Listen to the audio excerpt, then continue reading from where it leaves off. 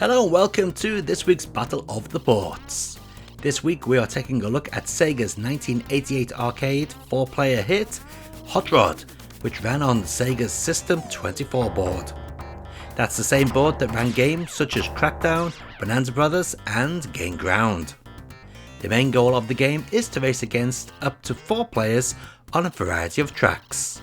Whenever a player falls off the screen, gas is subtracted from their gas meter. When a player's gas meter reaches 0, their game is over. A player can pick up flashing targets symbolized with the letter G to add 10 units of gas to the player's gas meter. If a player successfully crosses the finish line, they are rewarded with additional units of gas. After every race, players go to the parts shop to purchase upgrades for their car. These include 3 front or rear engines, 3 types of bumpers, 3 types of spoilers, and 2 types of tyres. There are additional types of tyres including radial tyres, speed tyres, spike tyres, and snow tyres. The player may equip either a front or rear engine, but not both at once. Players may not equip a spoiler and rear engine simultaneously. There are 30 different races raced across 10 environments, including busy highways, dirty roads, a beachside, a mountain, farmlands, a snow terrain, a desert, a construction zone, a shipyard, and city streets. There are 3 races per environment, with every third race taking the players to a stadium for a victory ceremony. Afterwards, the player finds themselves in a new environment.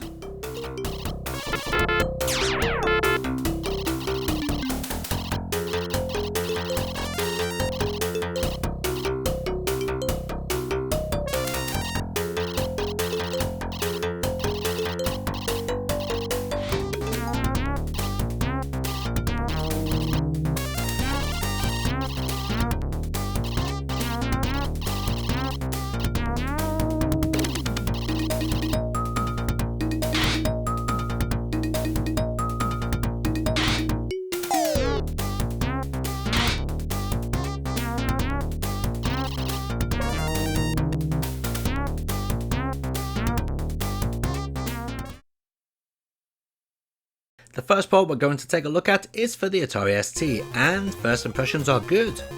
We've got pleasant looking graphics, good audio, and it's multiplayer. Sadly, there's a catch.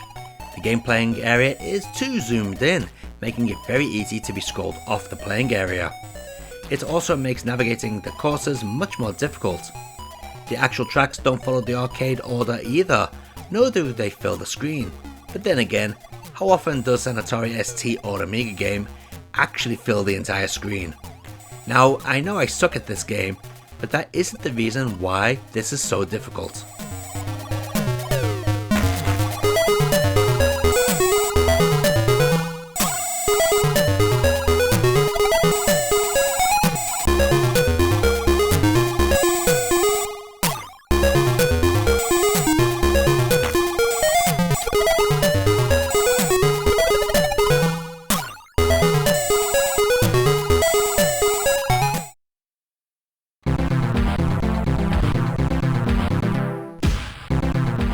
Next up is the Amiga version, which looks pretty much like the Atari ST release, but now with better sound.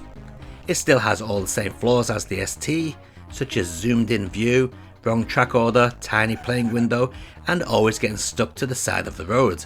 But the gameplay seems a little more refined on this version. I can actually do reasonably well compared to playing it on the ST.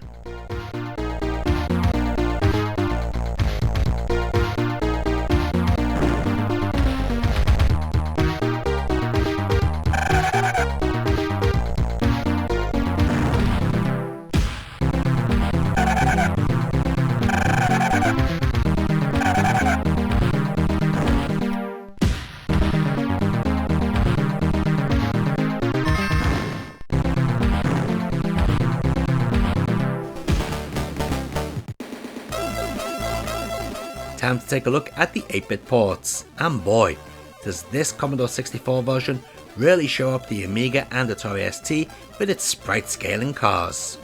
Very cool.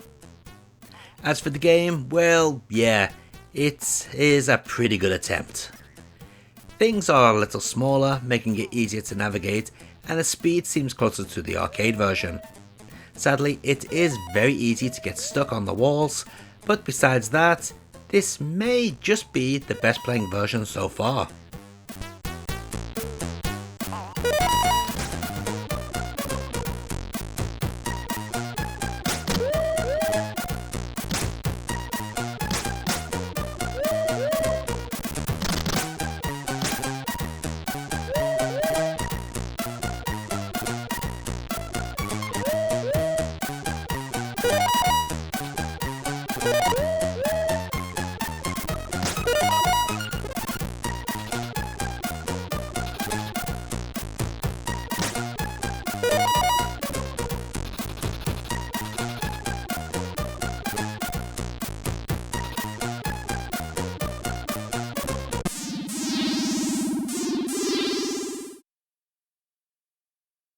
ZX Spectrum up next, and as to be expected, it sucks. First of all, in the first race, I honestly thought I was controlling the car at the front. I had no idea which one I was because they all look the same. Secondly, the way the track scrolls is very off-putting. And thirdly, when the computer warps you to a new location, it doesn't face your car in the right direction. You could easily be warped into facing a wall. Best pass on this one.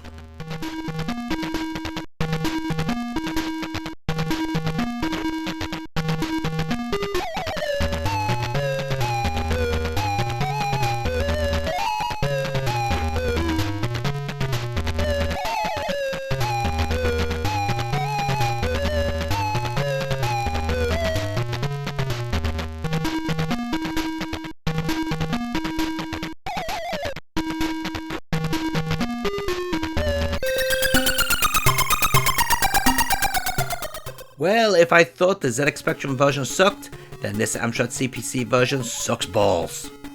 It is the ZX Spectrum version, but now even slower and with the most unresponsive controls ever. At least I now know which car I am, and the visuals are pleasant, but that's not going to help this awful turd of a game.